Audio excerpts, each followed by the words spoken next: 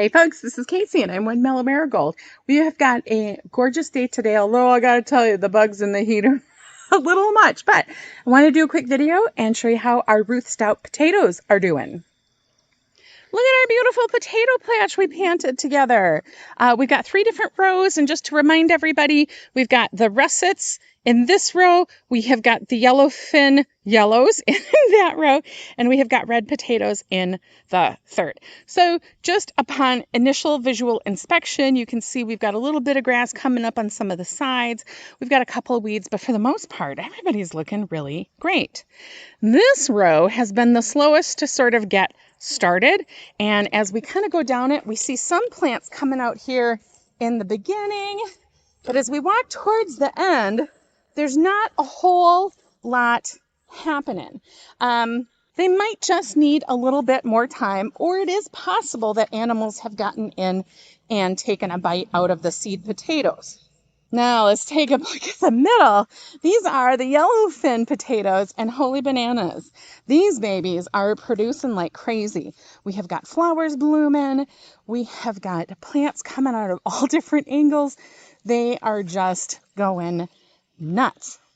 Then finally, over on the last, these are the red potatoes, and these are the ones that I planted from seed potatoes that I saved from my own garden last year.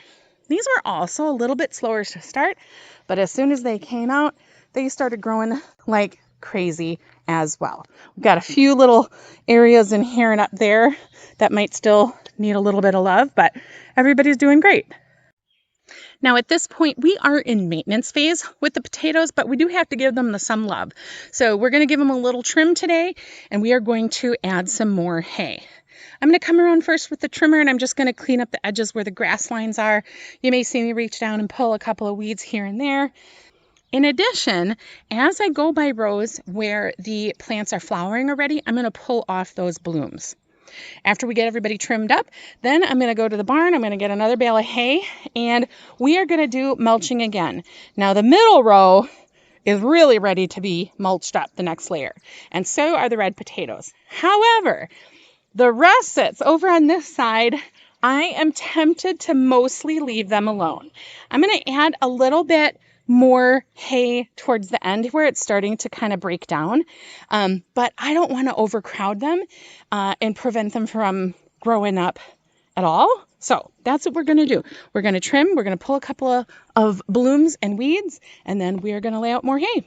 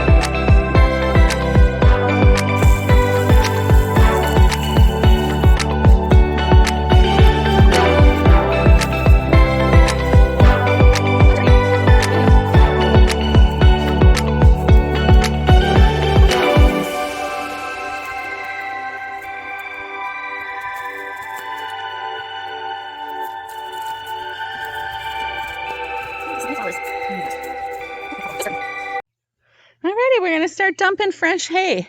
We're going to be pretty thick and liberal with the hay. If we cover some of these plants almost all the way up, it's all good. No big deal. We are just creating layers so that more potatoes can continue to grow.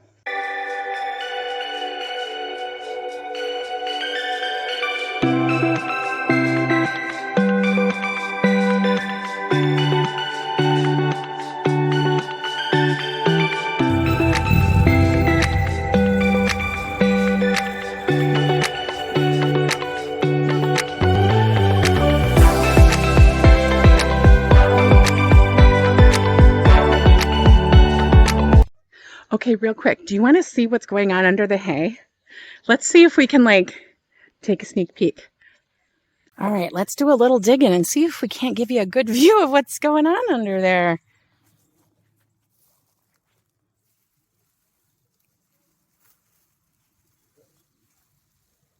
Hay gets more and more damp the further down we go. Now it's really compact.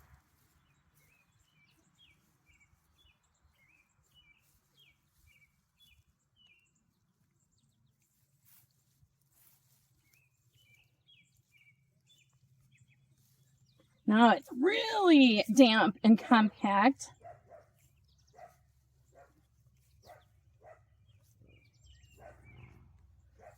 And it's going all the way back to that seed potato down there.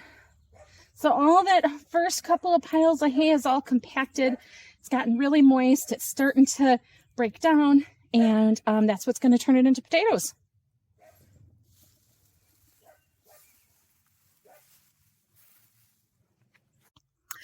So it's so hot out that my camera is getting too hot and overloading and stopping filming. So anyway, got all the hay piled up in the 2 rows, and I put just a little on the russets on the one end where they're growing pretty healthy.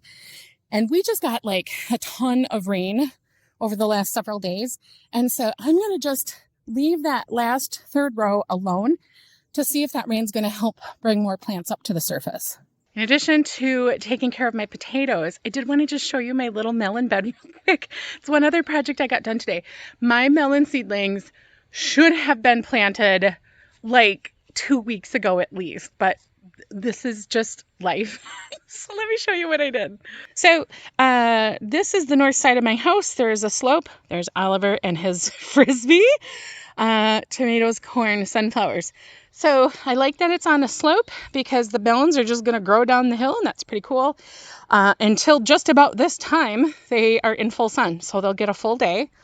All I did was use one of her indoor shelving units. So that board is a shelf, and well, I covered them up now, but the shelf brackets are what's holding the board into the hill. So I pierced the hill with the shelf brackets, and then I just added 2 T-posts just to kind of reinforce as the plants get heavy.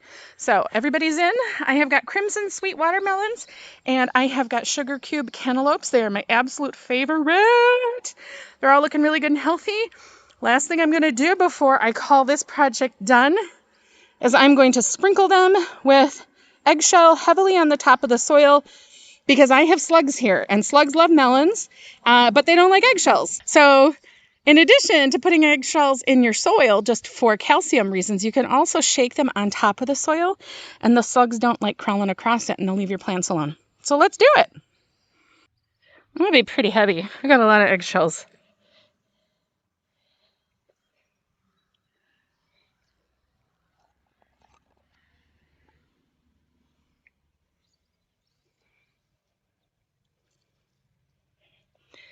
The downside is the dogs love it.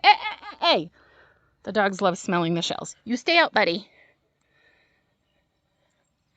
But they usually give up after a little while of me shooing them away. Now, as the vines start growing over, I will be putting down hay as they grow, so that'll prevent the grass from interfering. So there we go. Yep. Are you ready? Ready?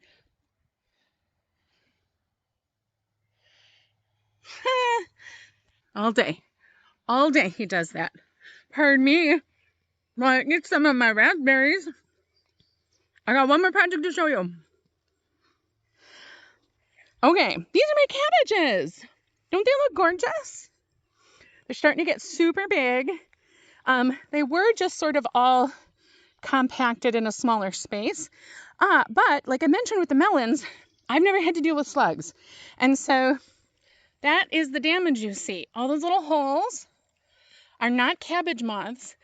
In fact, I have cleared off maybe, I don't know, 2 sets of cabbage moth eggs, and that's it, which is kind of crazy because back in the city, it was every day. You had to net your cabbages, and every single day you still had to come out and pick eggs off. So This here, it's slugs. So, like with the tomatoes, I put down an area of those old asphalt tiles so that the grass stopped growing up in between them, providing more wet areas. So everybody can spread out now. We've got some alyssum, which is a great companion plant for cabbages. And here, let's find a good one. Let's look in her. You can tell they're already starting to head up. Boop, boop, boop. That's a little hard spot under there. It's very, very, very, very exciting. So there you go. That's it for me today. It is hot. I'm sure it's hot where you are too. I love potatoes. I love this project. I love that they're growing so healthy. And now it's just maintenance. We just come out every now and again and we add more hay until the fall and they're ready to be pulled. So hope you guys are good. Thank you again for all your support. And I love you and I'm going to talk to you real soon. Okay? Bye.